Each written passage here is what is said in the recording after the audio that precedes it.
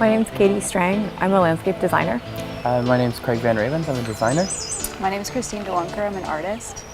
Our project Assemble is directly linked to our own childhood experiences of building forts and playing in naturalized areas and outdoor education. We feel that children, this current generation of children, has perhaps less opportunity than we did to play outdoors and build forts and shelters, often because municipalities, schoolyards, and even neighborhoods have rules and regulations that tend to discourage building forts and structures and just engaging with your natural environment in that tactile way. This has also coincided with a change in playground standards, which has perhaps unintentionally reduced the diversity of schoolyard structures and the opportunities kids have for creative play. This is one of the things that makes the Jardins de Métis such an exciting place to be, because all of the structures here have been intended to be used in different ways by the visitors, and the designers have a freedom to innovate because it's art and not a traditional playground structure. We believe that the more loose parts and variables kids have to engage with increase the opportunity for creative play and a sense of freedom, which is really important when you're a kid. So we hope that the visual cues that our project Assemble has will invite kids to engage with it and change up the structures we provided.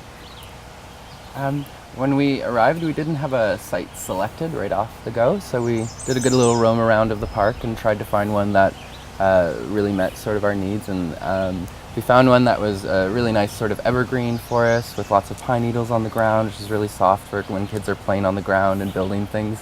And also we were next to a previous year project called Woodstock, which was an interesting use of natural materials as well, similar to our project. When we first arrived, we pretty quickly realized our project was a bit over-designed.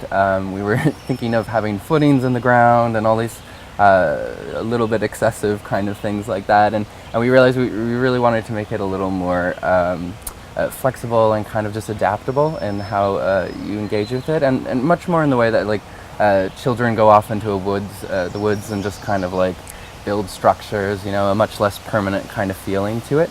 And we also really reorganized sort of the way the huts were organized. We had a very geometric kind of plan at the start, and we decided to have a bit more of a meandering path through the forest with all the bright huts along the way.